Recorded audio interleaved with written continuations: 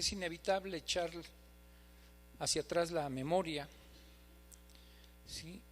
Y no solo le eché atrás 8 años, sino más atrás, cuando yo llegué a este lugar. El tiempo exacto no lo tengo, pero está entre 18 y 20 años.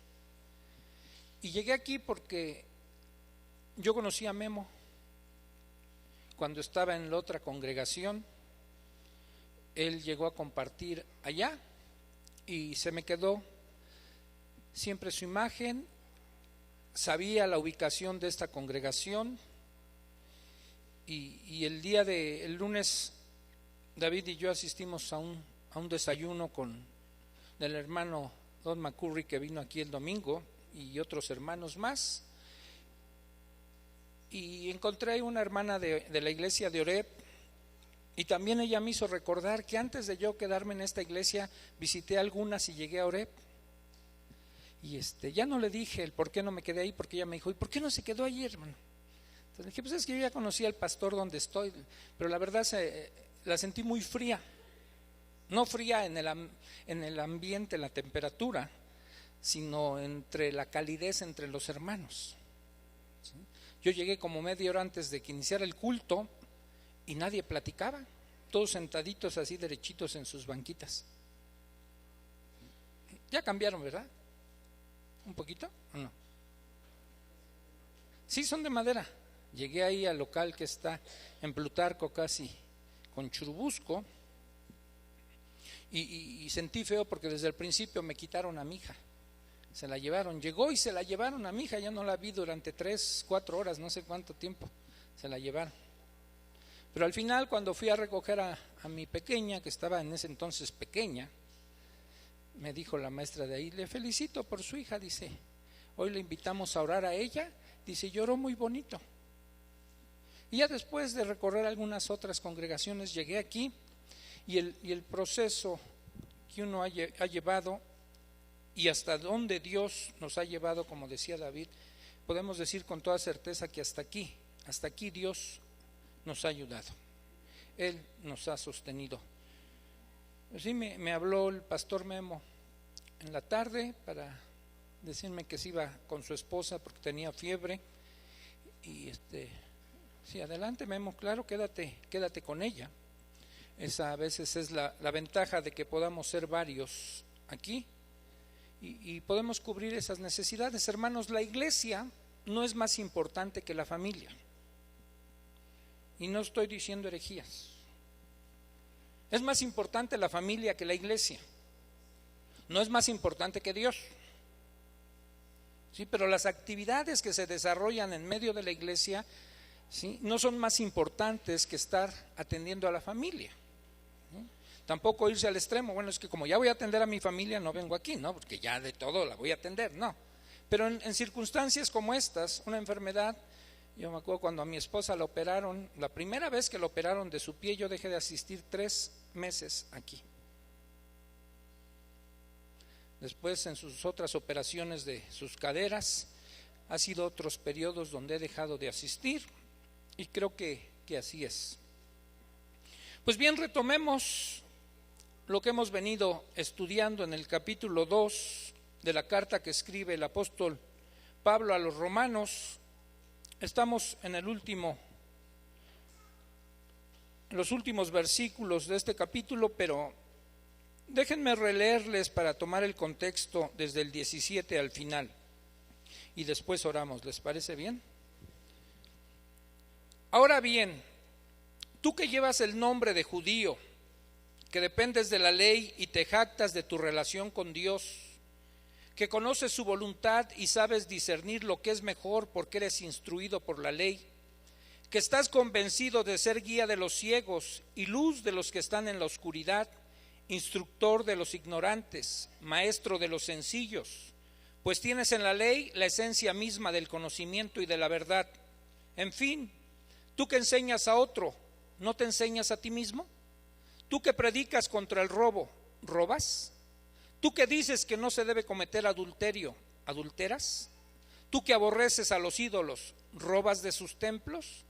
Tú que te jactas de la ley, ¿deshonras a Dios quebrantando la ley?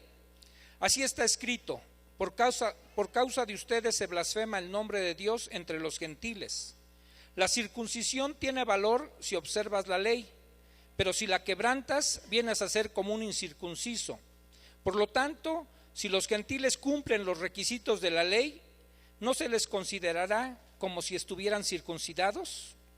El que no está físicamente circuncidado, pero obedece la ley, te condenará a ti, que a pesar de tener el mandamiento escrito y la circuncisión, quebrantas la ley.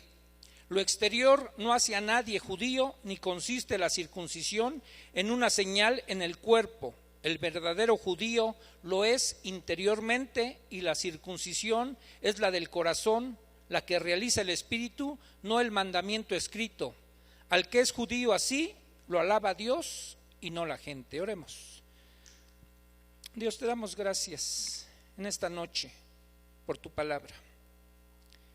Permite, Señor, que en esta noche tu palabra penetre hasta lo más profundo de nuestro ser, que ella pueda discernir aún las intenciones de nuestros corazones, que traiga a la luz tu verdad, y que si nosotros reconocemos que estamos en un camino equivocado, podamos corregir por medio de tu enseñanza, Señor.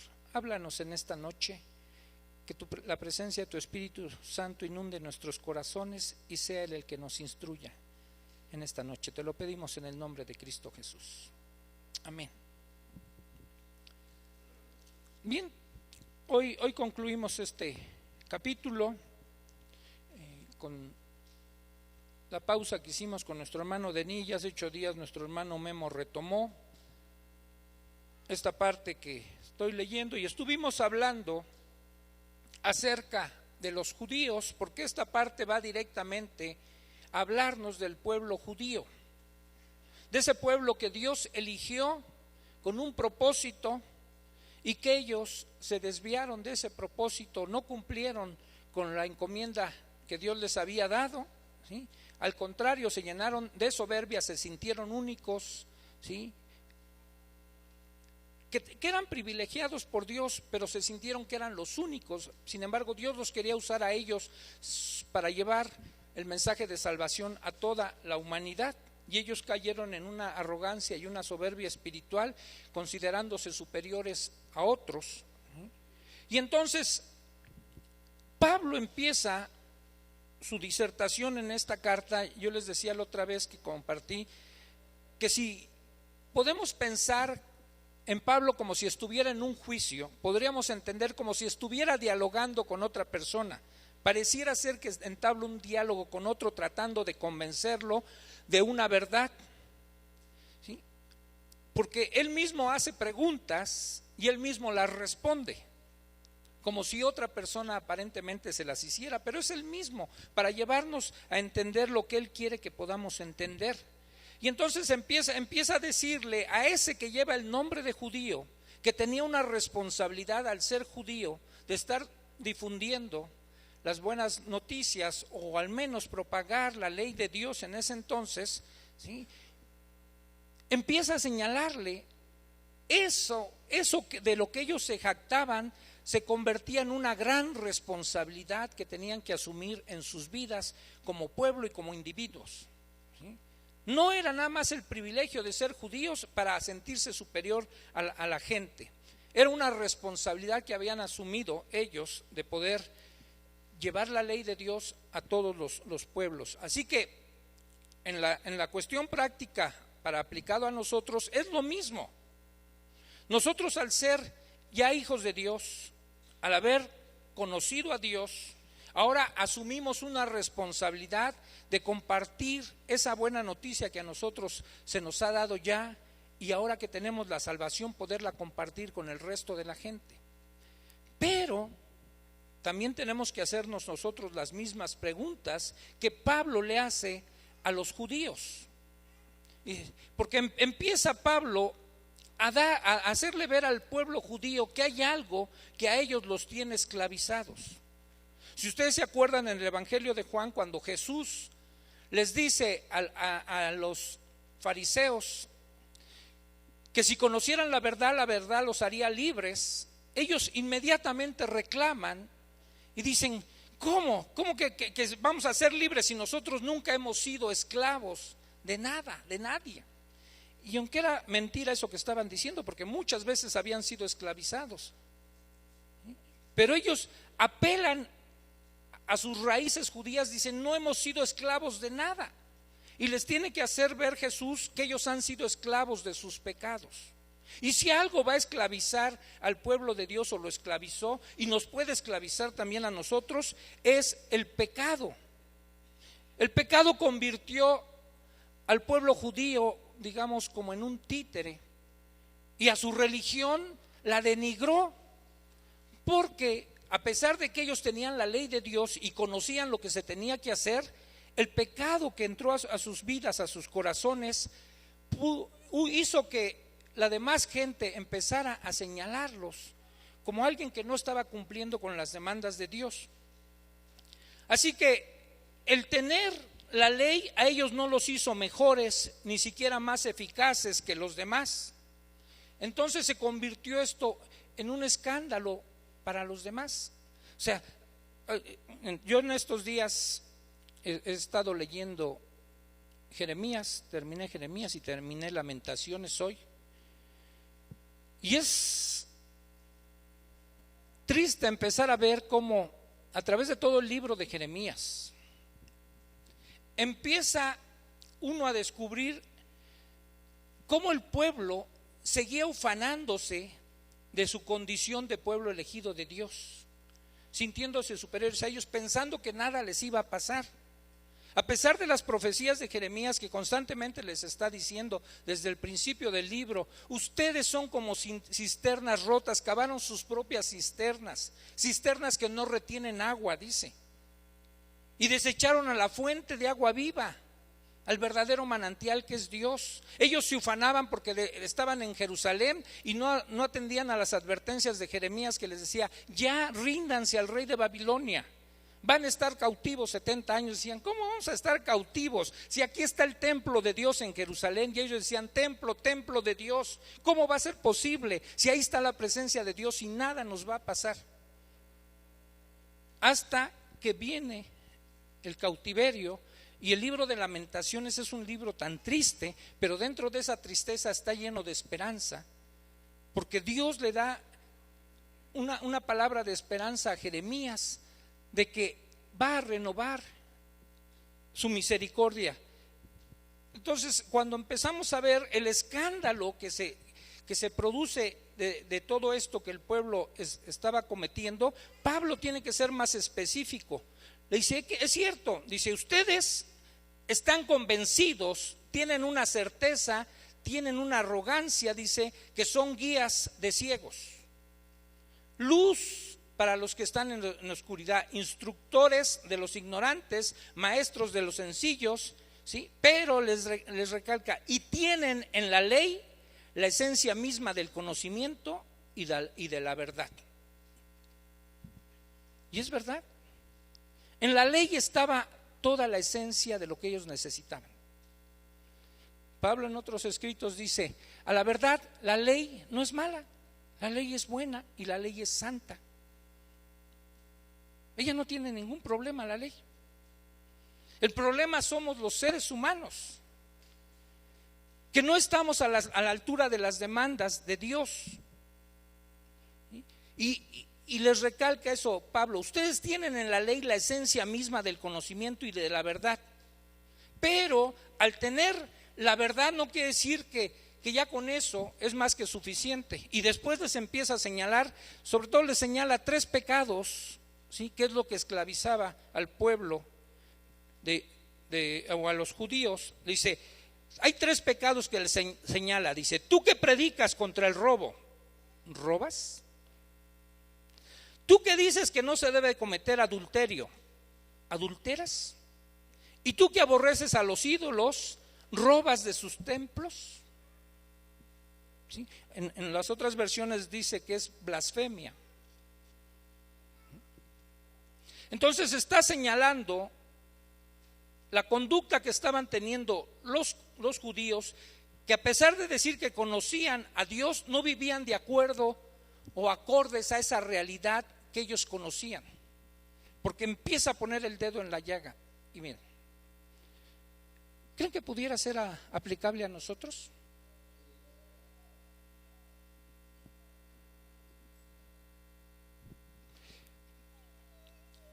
¿Qué podríamos robar? Ay, hermano, yo nunca he asaltado un banco. No, ni siquiera he falsificado un cheque, no he intentado nada, menos a una persona.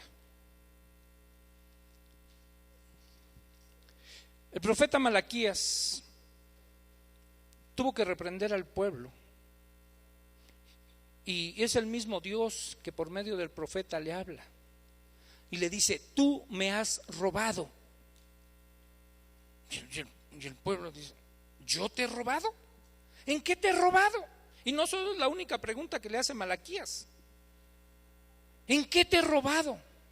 Y le dice Malaquías: en tus diezmos y en tus ofrendas.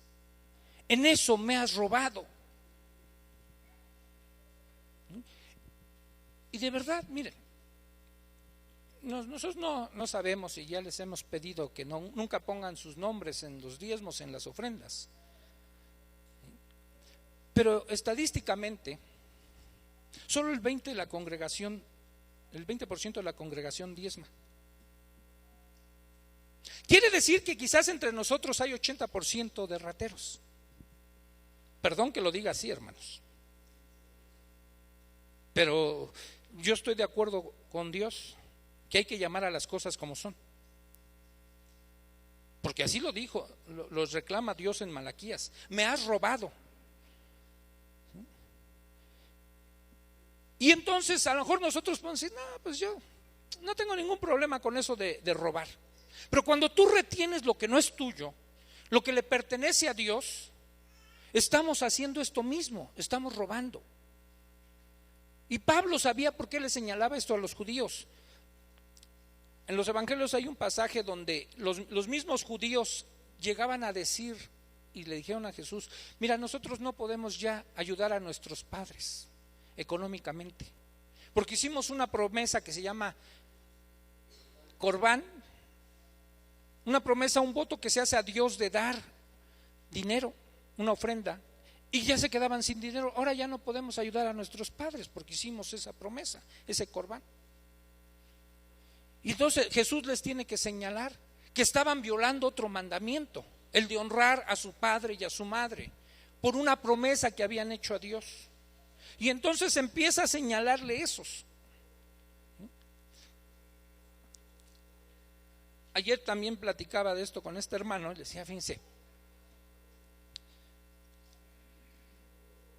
cuando a Jesús le llevan esa mujer que es sorprendida en el acto mismo del adulterio, la llevan judíos, fariseos, se la llevan a Jesús y ellos le dicen: dice la ley que alguien que es sorprendido en el acto mismo del adulterio se le debe de matar a pedradas. ¿Tú qué dices? Parecían bien estrictos en la ley. Y miren, esto es para nosotros. A veces podemos ser sumamente estrictos, porque a veces así somos con los demás. Les exigimos, somos severos con los demás y somos muy indulgentes con nosotros mismos.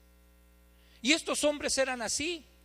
Llevaron a esa mujer que habían sorprendido en el acto mismo del adulterio y querían que Jesús diera la orden para apedrearla. Pero ¿acaso ellos no adulteraban? No tenían, por eso señalaba muchas veces Dios que no adulteraran, porque adulterar a veces nada más lo vemos con lo sexual, pero adulteramos muchas cosas. Ellos adulteraban básculas, ¿sí?, para dar, hoy como creo que ayer no sé, escuché una noticia que la mitad de las gasolineras no dan litros de a litro. ¿Quién sabe de cuántos mililitros den? Bueno, ¿qué tal si tú eres comerciante? ¿Das kilos de a kilo? No me contestes. ¿De verdad somos así sumamente honrados? ¿No adulteramos nada? Fíjate, cuando tú no dices la verdad, estás adulterando la verdad.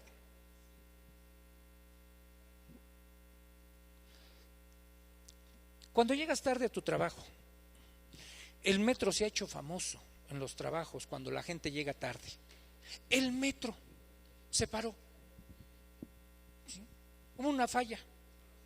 O sea, nunca somos capaces de asumir la responsabilidad de decir, se me hizo tarde, me levanté tarde, ¿sí? O estuve ahí consintiéndome 5 minutos y por eso llegué tarde. No siempre hay excusas. Hay otros que tienen la culpa, las circunstancias, el tráfico, cualquier otra cosa, pero nunca nosotros, y ya estás adulterando la verdad.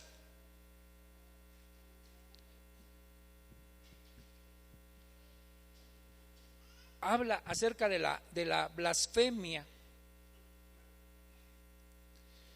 Y se cree en este punto que hubo una vez en que Pablo y Bernabé, cuando predicaron ahí en Atenas, y se hizo un alboroto grande, a ellos los querían acusar de haber robado en el templo de la diosa Artemisa, porque era un lugar donde se concentraba mucha riqueza. Y ellos los estaban acusando de eso también. Y porque generalmente a veces en los lugares así, no sé si ustedes han escuchado de algunos robos, por ejemplo, sobre todo en iglesias católicas que se han robado cosas. A esto es a lo que se refiere a la blasfemia, ¿sí? Que se hace en nombre de Dios entre los gentiles, que a veces en los mismos lugares de concentración religiosa se cometen actos de robo. No digan, pero aquí hemos sabido, aquí se han desaparecido celulares. Un día que fueron a un campamento, creo, de jóvenes, Hugo llevaba su iPhone. ¿Era iPhone? Lo dejaba en sus cosas, ¿sí? Lo dejó en sus cosas. Era un campamento de jóvenes cristianos y su iPhone desapareció. Nunca volvió a aparecer. ¿No debería ser que con toda confianza en este lugar nosotros pudiéramos dejar nuestros objetos aquí? A Memo un día, él acostumbra dejar siempre su oficina abierta, y ya lo regañé yo, le dije, Memo, ya no. Pero fueron y le robaron su celular. De ahí, no me acuerdo si con todo y cargador. A eso se refiere la blasfemia que se da, ¿sí? Y que dice aquí, por causa de ustedes se blasfema el nombre de Dios entre los gentiles. Dice, tú que te jactas de la ley, deshonras a Dios quebrantando la ley, ¿no? Entonces de todo eso está hablando el apóstol, de cosas que se pueden dar en medio de nosotros, y ahí nos está haciendo responsables de ir corrigiendo esas conductas erradas que nosotros tenemos. Les recuerdo otra vez, hermanos, ese estudio, para que no me dejen. Ese estudio, para que pregunten, ya estaba con la mano, ¿no? Es que ella es la que luego toma la palabra. Pero es un estudio, pueden comentar, pueden preguntar, pueden disentir, pero de eso se trata, de que juntos podamos aprender. Sí, David.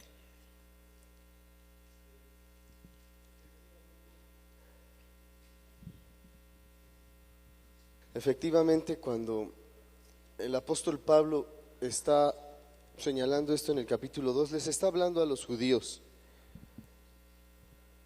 porque ellos creían que por ser circuncidados ya estaban bien delante de Dios, pero él les está diciendo, si tú no eres congruente con esa señal que tienes, Dios no te acepta.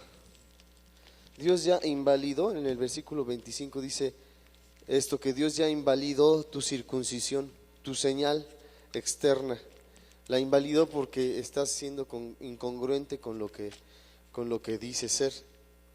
Y entonces después, por otro lado, dice, aquellos que no son circuncidados pero están dispuestos a obedecer la ley de Dios, se les toma como circuncisión, es decir, como que Dios los acepta. Nunca en ninguna parte de la Biblia dice que aquel que obedece la ley de Dios se convierte en judío.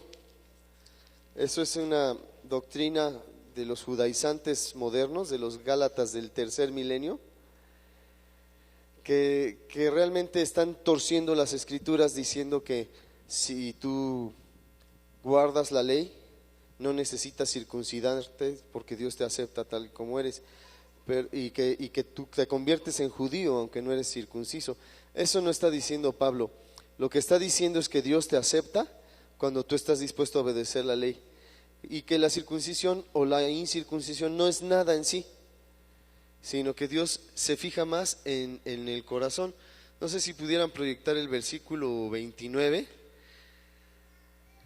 Dice ahí: el verdadero judío lo es interiormente, y la circuncisión es la del corazón, la que realiza el espíritu, no el mandamiento escrito. Al que es judío así, lo alaba Dios y no la gente. Si la pusieran en la traducción de Reina Valera, dice: la alabanza del cual no viene de los hombres. Entonces, está hablando de alabanza. ¿Qué tiene que ver con la circuncisión y que los judíos y que los gentiles? Bueno, es que la palabra judío significa alabanza.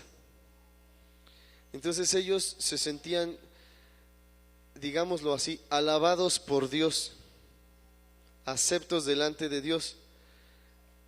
Y cuando aquí el apóstol Pablo les dice que eso, la circuncisión que llevan no es importante, sino que es más importante la del corazón, utiliza esta palabra. Está haciendo como un juego de palabras el apóstol Pablo, diciendo: la alabanza, es decir, por decirlo de alguna manera, el judío que es alabado por Dios, no es alabado por su señal exterior, sino por esa señal interior en el corazón. No sé si me dejo entender. La palabra judío se deriva de Judá, que fue uno de los hijos de Israel, y los judíos provienen de él, de Judá. Entonces, aquí volvamos otra vez a la versión internacional, está más claro ahí. Al que es judío así, lo alaba Dios y no la gente. ¿Cómo es que podemos obtener una alabanza de parte de Dios, un reconocimiento, de parte de Dios? Cuando nosotros estamos dispuestos a obedecer a Dios, tengamos una señal externa o no, porque lo más importante es el corazón, es decir, el corazón que está dispuesto a obedecer a Dios. Hay una palabra por ahí me parece que es en Deuteronomio 10, en donde dice, fíjense, es la ley, es Moisés, el profeta Moisés, el que les dice que circunciden su corazón. Deuteronomio 10:16, circuncidan su corazón. Y les está hablando a los judíos, todavía Cristo ni había venido, pero ya les hablaba de esa señal interna, no tanto de la externa que ellos ponderaban tanto, ¿no? Dice Deuteronomio 10:16, por eso despójate de lo pagano que hay en tu corazón y ya no seas terco. Y bueno, aprovechando un poquito el micrófono, quiero comentar también que es verdad esto, que se puede aplicar a nosotros los cristianos. Nosotros ni judíos somos, pero pudiéramos jactarnos de ser cristianos, y como cristianos caer en el mismo error que estaban cayendo los judíos, de como ya soy salvo, entonces ya vivo como quiero.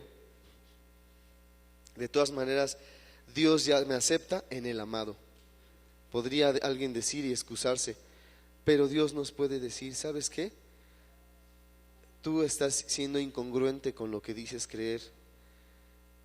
En otras palabras, todo el capítulo 23 de Mateo se pudiera aplicar a nosotros, que es un reclamo que les hace el Señor Jesús a los fariseos, que eran bien incongruentes en su manera de ser, ciegos, tontos.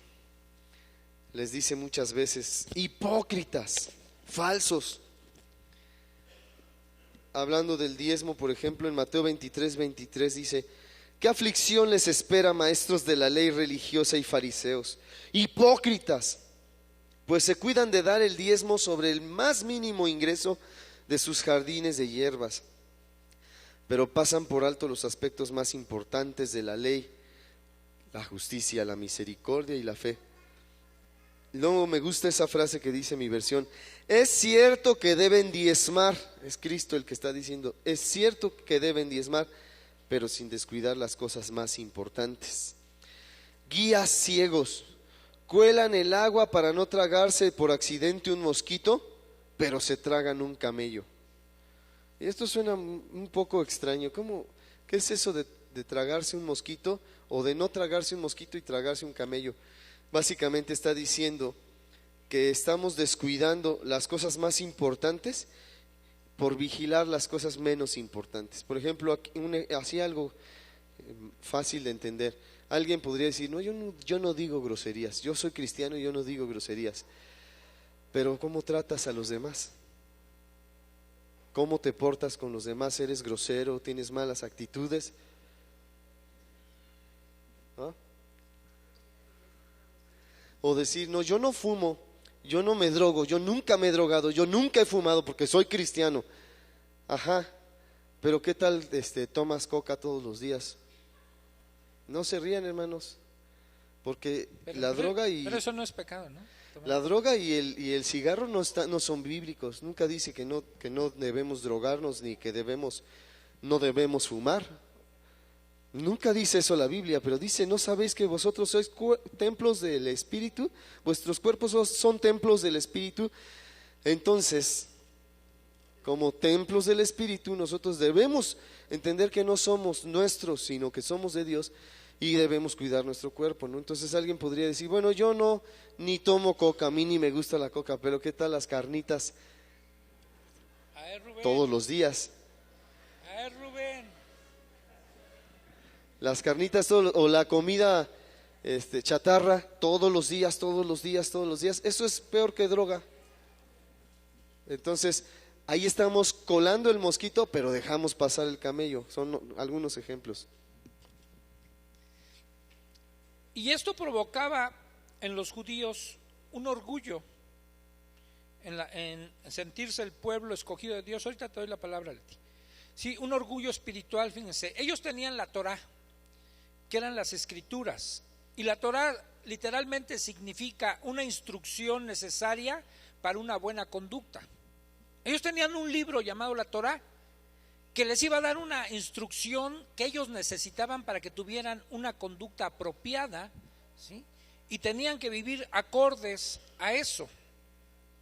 Después, fíjense, en Génesis capítulo 17, versos 10 en adelante, o desde el 9, dice: Dios le dijo a Abraham: cumple con mi pacto, tú y toda tu descendencia por todas las generaciones. Y este es el pacto que establezco contigo y con tu descendencia, y que todos deberán cumplir.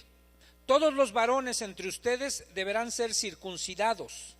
Circuncidarán la carne de su prepucio, y esta será la señal del pacto entre nosotros. Todos los varones de cada generación deberán ser circuncidados a los 8 días de nacidos, tanto los niños nacidos en casa como los que han sido comprados por dinero a un extranjero, y que por lo tanto no sean de la estirpe de ustedes. Todos sin excepción, tanto el nacido en casa como el que haya sido comprado por dinero, deberá ser circuncidado. De esta manera, mi pacto quedará como una marca indeleble en la carne de ustedes, como un pacto perpetuo. Yo hace 8 días iba a hacer la pregunta, pero mejor se las hago hoy. Si era una marca exterior, el pacto que Dios había establecido con su pueblo, que era la circuncisión, ¿cómo ellos iban a poder demostrar que estaban circuncidados? Porque era una marca exterior. Ahí se las dejo. Leti, el micrófono para acá, Isra.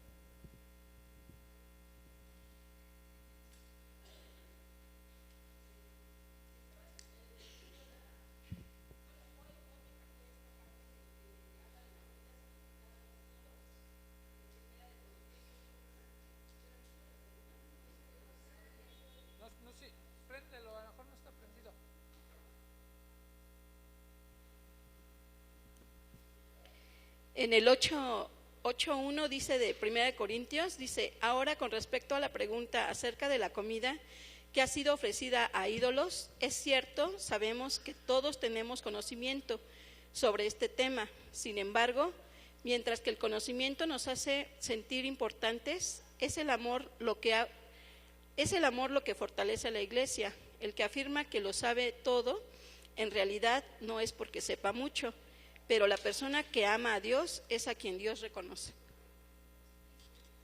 Gracias, Leti. Y es lo que está diciendo, por ejemplo, dice el apóstol, la circuncisión, la señal del pacto que Dios había establecido con su pueblo, dice, va a tener valor si observas la ley, si cumples la ley. No tiene caso tener la señal en el cuerpo si esa señal nada más es algo exterior y no estamos cumpliendo con las demandas de la ley. Dice, y si la quebrantas vienes a ser incircunciso. Dice, pero los gentiles que cumplen los requisitos de la ley, por cumplir los requisitos de la ley, ¿no se les va a considerar como si fueran circuncidados? Denme un ejemplo en la escritura de alguien que sí, no siendo judío, estaba cumpliendo las demandas de la ley. Muy bien, ¿quién dijo Cornelio? Cornelio. Capítulo 10 del libro de los Hechos. Fíjense, Cornelio era un centurión romano. Él no era del pueblo de Dios. Pero ¿cómo lo describe la escritura a este hombre? Dice, vivía en Cesarea un centurión llamado Cornelio, del regimiento conocido como el Italiano. Él y toda su familia eran devotos y temerosos de Dios. Fíjense lo que hacía Cornelio y su familia. Realizaban muchas obras de beneficencia para el pueblo de Israel y oraban a Dios constantemente. Todo eso hacía Cornelio. La versión 60 no dice que era temeroso de Dios. Entonces, era un hombre que no conocía a Dios, pero estaba cumpliendo las demandas de Dios y oraba constantemente y ayudaba. Tengo un amigo, es un amigo que conozco desde hace 35 años. Es un médico llamado Sergio Berumen. Este hombre fue y ha sido y sigue siendo de grupos de autoayuda. Ha sido consultor, médico, tratante. Él es médico, atiende anexos, atiende drogadictos, atiende alcohólicos. Ha creado una fundación para ayudar a la gente, ¿sí? Cuando yo estaba allá y él nos ayudó a redactar un acta constitutiva de esa asociación, lo hacíamos en su casa, en su consultorio. Después de sus consultas iniciábamos alrededor de las 9 de la noche y nos prolongábamos a veces hasta las 12, 1 de la mañana. Siempre nos llevaba de cenar, encargaba, y ya que acabábamos, como todos los que íbamos con él, ninguno en ese entonces teníamos carro, a la 1 de la mañana él empezaba a repartirnos a cada uno a nuestras casas. Y él vivía en Clavería y todos vivíamos muy alejados de ahí, pero nos iba repartiendo. En una de esas que yo estuve solo con él como a las 2 de la mañana, me dice, ¿llevas prisa? Le digo, pues no, la verdad no, Sergio. Si me acompañas, dice que tengo que ver unos pacientes. Y él le decía, yo muchas veces lo he visto de él, le decía a su paciente, usted puede llamarme a la hora que sea. Y podían llamarle de madrugada y él los atendía. Y si les decía que iba a ir a verlos, los iba a ver. La gente que llegaba con su consultorio, que no tenía dinero para pagar, ya me sé el truco de él. Afuera a veces está cobrando su esposa o su cuñada la consulta, y cuando la gente no tiene para pagar, él sale con la persona que atendió y la saca hasta afuera, y ya su esposa o su cuñada saben que a esa persona no hay que cobrarle. Y si no tiene dinero para medicinas, le da para medicinas. Y esa vez que me dijo, como a las 2 de la mañana, ¿me acompañas?, se metió a algunos lugares a atender enfermos, ¿sí? Pero un día sí me contó, porque yo después, como lo he seguido viendo, le he compartido del Evangelio y hasta la fecha yo no sé que se congregue en ningún lugar. Pero un día me dijo que él ha adoptado 8 niños. No los ha tenido viviendo en su casa, pero ha pagado su educación, su escuela de 8 niños. Y dice que un día llevó a sus 8 niños a cenar a un restaurante, un Vips, algo así. Y uno de ellos, el más inquieto, que tenía como 8 años, en la mesa de enfrente estaban 4 hombres con Biblias abiertas y discutiendo acerca del Evangelio y de algunos pasajes de la Escritura. Y el niño se acercaba y les decía: ¿qué están viendo? ¿Qué leen? Y le decían: niños, sácate de aquí, vete para allá, no nos estés molestando, estamos ocupados. Y otra vez llegaba el niño: pero díganme, ¿qué están viendo? Y él estaba checando todo. Y seguía, y díganme, y total se molestaron y corrieron al niño. Y me dice Sergio: ya no me aguanté más y me paré. Y les dije: señores, buenas noches. Dice: nada más déjenme decirles algo, también se ora con las manos. Buenas noches. Aquellos hombres sí recapacitaron y después fueron a su mesa y le pidieron perdón. Pero ese es un hombre que aparentemente uno dice: pues no conoce a Dios. ¿De verdad no lo conoce? ¿No lo conoce? Yo diría que sí lo conoce. A lo mejor no se congrega en ninguna iglesia, pero está cumpliendo mucho de lo que Dios exige, así como Cornelio hacía muchas cosas que a lo mejor los mismos judíos no hacían, y Dios estaba viendo el corazón de Cornelio, y al ver el corazón de Cornelio le envía por eso a Pedro.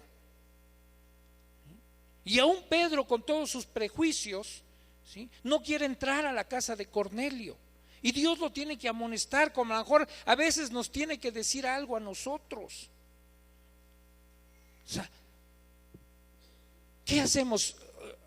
Ahora que estuvimos David y yo el lunes ahí, David les tuvo que decir algo a los hermanos, porque la verdad a mí me movió ver todo lo que esos hermanos están haciendo en misiones, cómo están entregando su vida, ¿sí?, todo el trabajo que ellos están desempeñando y piensan realizar, ¿sí?, de tiempo completo. Y llegaba un hermano y empezaba a platicar a qué se ha dedicado, cómo ha estado saliendo a otros países y lo que ha hecho. El día de ayer el hermano Ramiro nos decía: si en una congregación que yo atiendo somos 50 miembros y queríamos enviar a alguien a Pakistán, y el boleto salía en 25,000 pesos. Y somos como 50. Dice: en 3 semanas de ofrendas levantamos 25,000 pesos para el pasaje. Y entonces David les dijo algo el lunes, y que yo no dije amén porque se oía mal que dijera amén, pero me sumé a lo que decía David. Y les decía él: con pena tenemos que decir que nosotros tenemos muchos años como iglesia y apenas en este año hemos podido enviar a 3 hermanas, y de hecho no las enviamos totalmente nosotros. Y sin embargo, ¿cuánta gente hay que no está haciendo otras cosas? Se han topado a veces en la calle con aquellos que están trabajando para la UNICEF, y a lo mejor les dicen que pueden apadrinar a un niño, y muchas cosas que otra gente está haciendo, que a lo mejor debería ser la labor que nosotros los creyentes tuviéramos que estar haciendo. Y a lo mejor nos decimos cristianos, pues nosotros somos cristianos, ¿sí? Y no solo en ese terreno. Ya les conté la historia de aquellos 2 muchachos, ¿verdad?, de las Biblias verdes, que un día llegaron ahí a la casa de una persona, de una señora, así con sus Biblias verdes, sus corbatitas que llegan, ustedes los identifican, ¿no?, quiénes son, y que traen unas revistas que se llaman Atalaya y eso. Entonces llegaron estos 2 muchachos y tocaron: buenas noches, señora, o buenas tardes, señora, ¿sí?, ¿nos podría permitir unos momentos de su atención? Es que mire, venimos regalándole un folleto.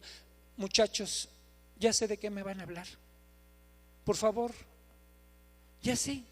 yo tengo algo mejor que ustedes, por favor no me quiten el tiempo. Pero ya ven que son medio insistentes, ¿no? Pero señora, mire, déjenos decirnos, nada más déjenos explicarle un poquito, porque miren nuestra revista que se la damos gratuita. Muchachos, ya les dije, yo tengo algo mejor que ustedes, porque esta mujer era creyente. Yo tengo algo mejor que ustedes, así que por favor no me estén quitando el tiempo. Pero señora, volvió a insistir, pero mire, nada más regálenos 5 minutos de su tiempo y le vamos a obsequiar este libro para que usted lo pueda leer después con más calma. Muchachos, por favor, ya les dije que no me estén quitando el tiempo, yo tengo algo mejor que ustedes, por favor se pueden retirar. Y pues los muchachos agarraron sus libritos, sus folletos, sus revistas y ya se iban. Pero antes de salir, se voltea el mayor y le dice: señora, una cosa nada más una. ¿Por qué, si usted tiene algo mejor que nosotros, no fue usted a tocar a nuestra puerta? Buenas tardes.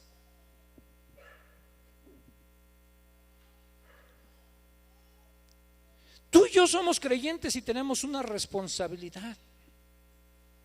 Y estamos dejando que otros hagan la labor que nosotros tendríamos que estar haciendo.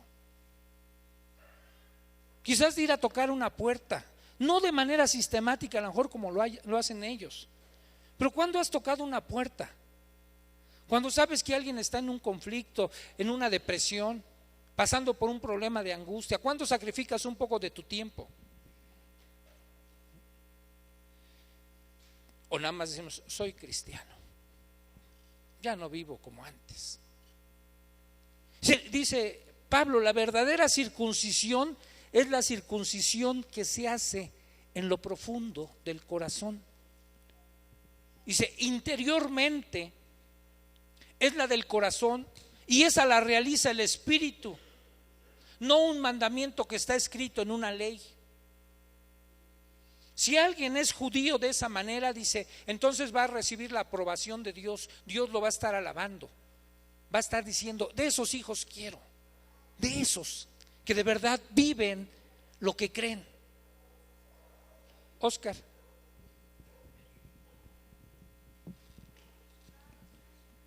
A ver si esta versión te podría ayudar a ilustrar un poquito mejor, pastor. Dice: tú como judío o tú como cristiano, piensas que andas bien entre ti y Dios porque te dio la ley, o sea, porque te dio la comprensión de las Escrituras. No, judío es aquel cuyo corazón es recto ante Dios. Dios no anda buscando quienes se marquen el cuerpo con la circuncisión, sino es el individuo con el corazón e intelectos transformados. Quienes hayan experimentado ese tipo de transformación en la vida recibirán la alabanza de Dios, aunque la gente no lo acepte. Yo lo que quiero tratar de entender, creo que sí te ilustro un poquito más. No podemos estar aparentando ser cristianos por fuera, que me vean, porque Dios ve hacia adentro.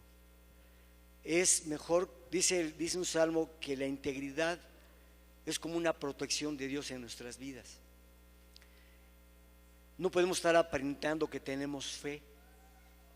Mejor decir: Señor, no tengo la fe suficiente, ayúdame. Entonces recibirá la alabanza de Dios. ¿Cómo podríamos decir que en nuestros tiempos, ya dando respuesta a mi propia pregunta, que en nuestros tiempos a lo mejor nosotros los cristianos queremos notar exteriormente que somos cristianos? Ahí nos compramos un pescadito, la estrella de David, ¿sí? Y andamos buscando algo. Los judíos, que no podemos ver su señal, pero creo que todos identificamos a un judío, ¿no? Yo trabajo en Polanco y fácil lo identifico a un judío. Siempre andan vestidos de traje negro, algunos con sombrero negro, otros con su kipá. Traen aquí en las patillas unos chinitos que se hacen, trae sus filacterías, sus barbas, de sus bolsas cuelgan unos lacitos así. Y entonces uno fácil los identifica. No le estamos viendo la señal del pacto, pero de otra manera ellos se hacen notar que son judíos.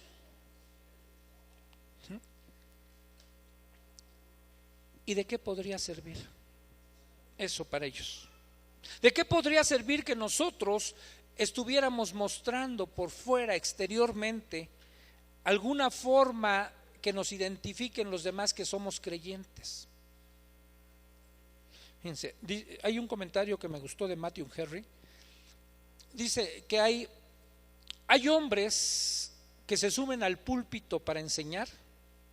Estoy parafraseando, dice, se suben al púlpito para enseñar, dice, y los demás no quisieran que se bajaran del púlpito por lo precioso que están enseñando. Dice, pero una vez que se bajan, uno no quisiera que se subieran por la clase de vida que llevan.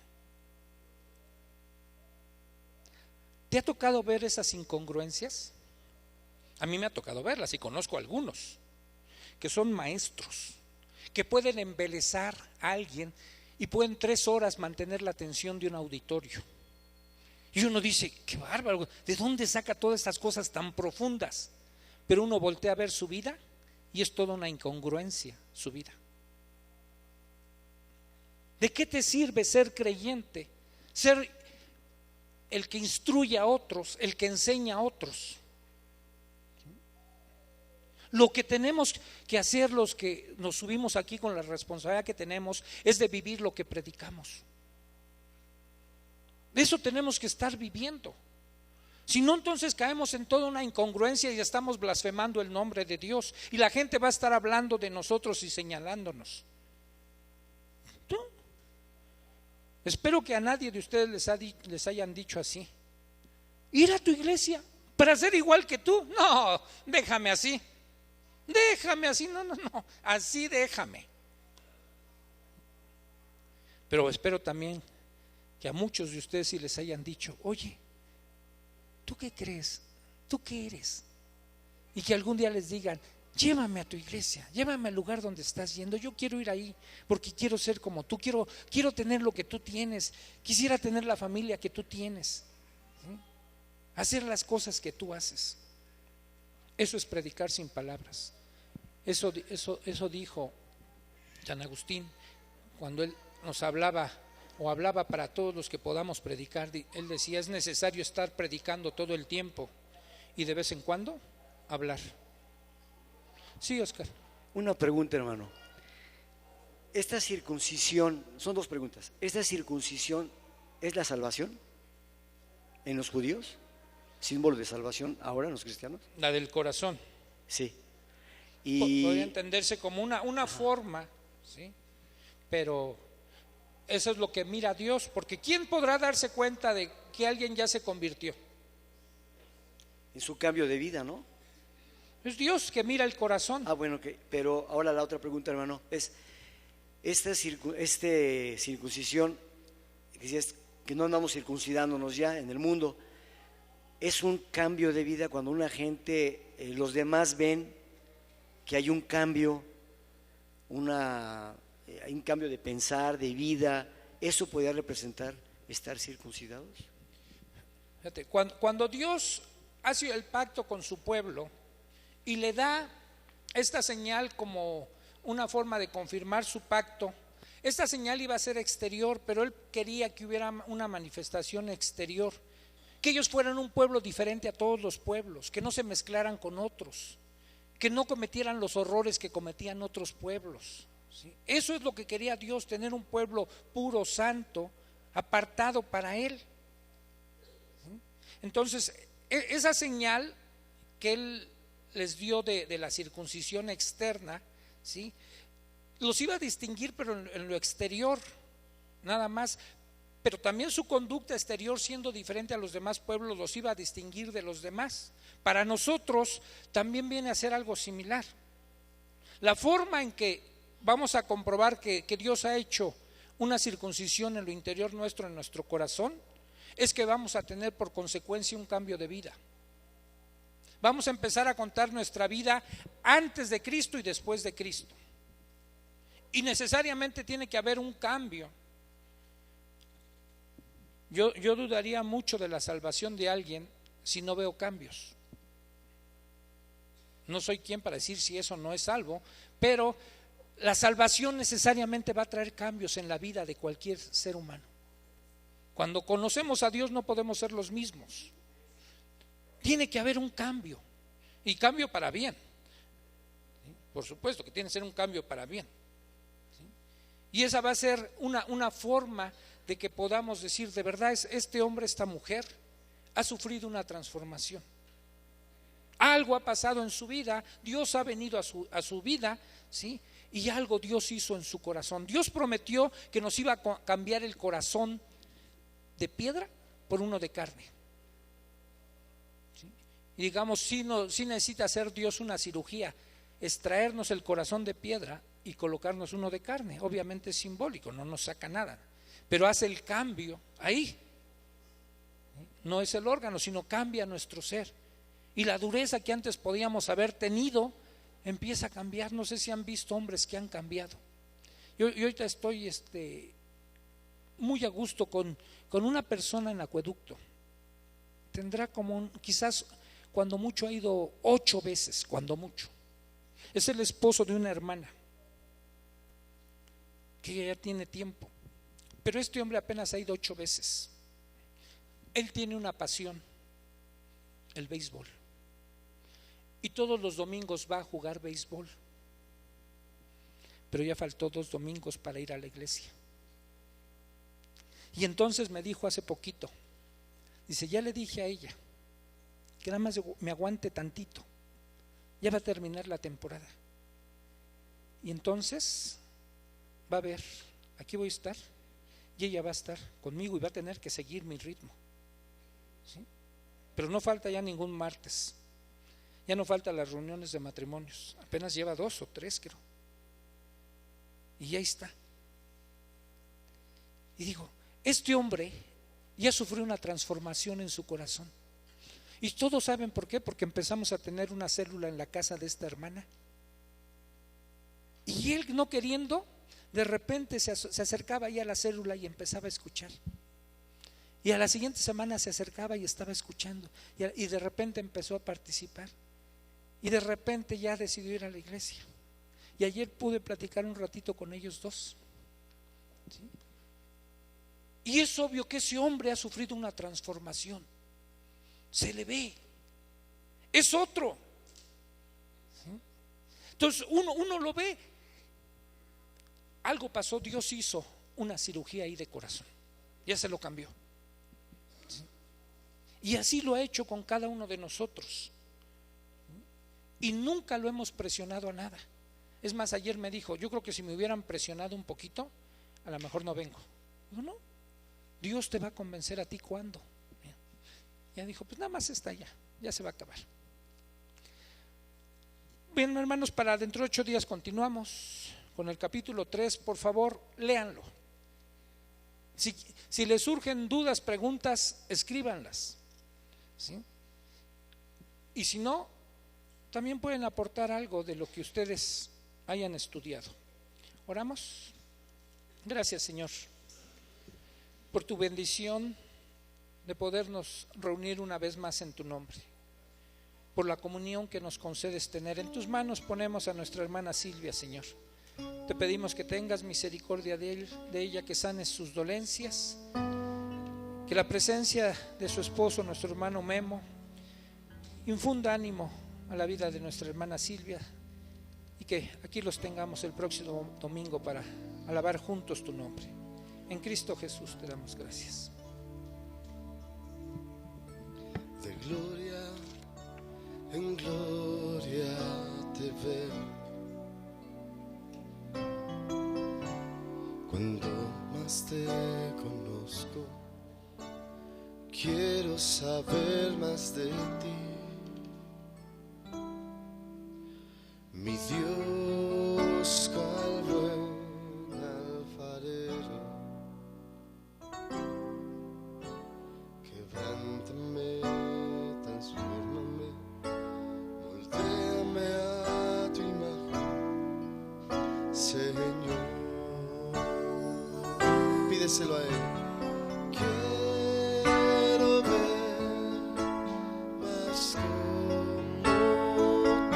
tú, ver la vida como tú.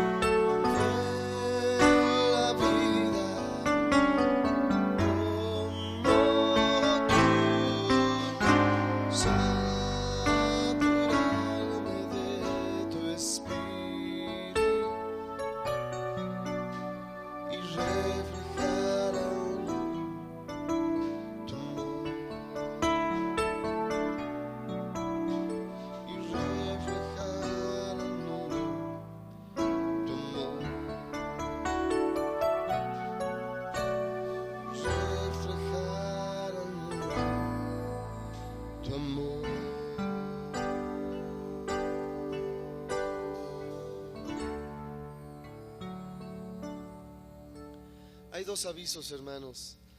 Brevemente se los comunico. El primero es que el próximo miércoles tenemos ayuno. Entonces la idea es dejar de comer en la noche del martes y venir a compartir los alimentos aquí el miércoles al final de la reunión. Amén. Y el otro aviso es acerca de todos los hombres mayores de 15 años que quieran ir al congreso de hombre a hombre, se llama así. Ahorita habría que dar 250 pesos para poder apartar sus lugares. Hoy o hasta el domingo a más tardar tienen que anotarse con Dani Saavedra. Allá está Daniel Saavedra. 250 no es todo lo que hay que pagar, solo es para apartar el lugar. Y después en total son como 800 pesos, ¿no, Dani? Más o menos, porque tenemos que ver el camión y la entrada ya y todo, el hospedaje también, porque son 2 días y una noche. Entonces, varones, anótense. Vamos a ir todos los que podamos. El viernes hay cine en el Triunfo. Se va a proyectar una película que se llama La fe de un hombre común. Entonces el viernes a las 7 en punto, como en el cine, hermanos. ¿Sale? Iniciamos puntual. Hermanos, una cosa nada más. Acaba de entrar un mensaje a Liz de Cheli. ¿Se acuerdan de Cheli, la esposa de nuestro hermano Hilario, que hace poco partió con el Señor? Y su hijo sufrió un accidente hace días ya, y ahorita está en el hospital porque una de las costillas le perforó ya el pulmón y necesitan operarlo. Su vida está en riesgo y nos está pidiendo que si podemos orar por él. Entonces vamos a orar por el hijo de Cheli, para que Dios tenga misericordia de él y esto lo use como un medio para que él se pueda acercar a Dios. Acompáñenme a orar, hermanos. Dios, te damos gracias una vez más por el privilegio de acercarnos a tu trono de gracia.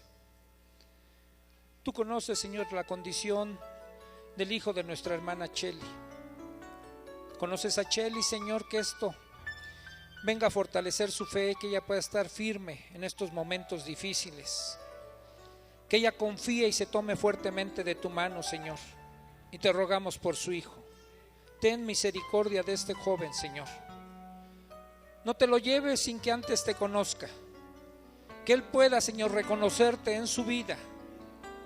Y si tú tienes a bien realizar un milagro de sanidad, que le des una oportunidad más a este joven, concédele ese privilegio, Señor, y haznos, Señor, sensibles también para ir a compartir con él, para poder hablarle de ti, para que él sepa que estamos orando por él. Lo ponemos en tus manos, Señor, confiando en tu perfecta voluntad. En Cristo Jesús te lo pedimos. Amén. El sábado Dios hay les jóvenes guarde. a las 4, hermanos. Todos los jóvenes el sábado a las 4 va a haber una invitada especial. Un testimonio muy impactante para los jóvenes. No falten a las 4 el sábado. Dios les guarde.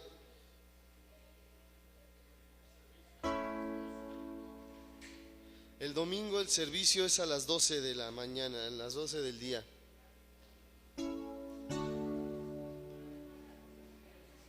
La oración es a las 9.